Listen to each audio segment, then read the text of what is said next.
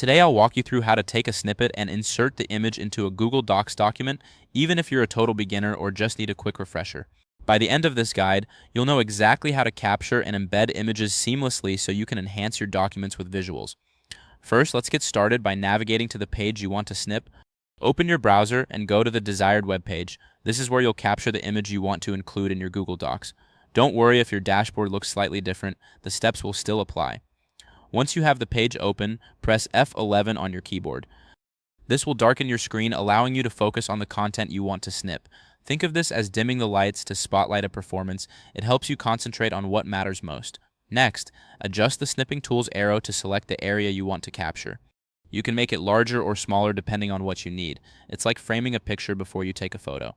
Once you're satisfied with your selection, release the mouse button to capture the image.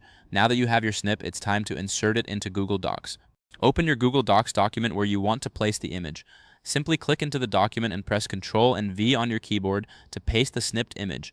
This action will embed the image directly into your document, making it easy to reference later. After pasting, you may want to adjust the image size. Click on the small box that appears on the side of the image. This will allow you to resize it to fit your document perfectly. Think of it as adjusting the size of a picture frame to match your wall. Pointing. And there you have it. You've successfully taken a snippet and inserted it into Google Docs. This process not only enhances your documents, but also makes them visually appealing, which can be particularly useful for presentations or reports. If this helped you out, please give the video a thumbs up.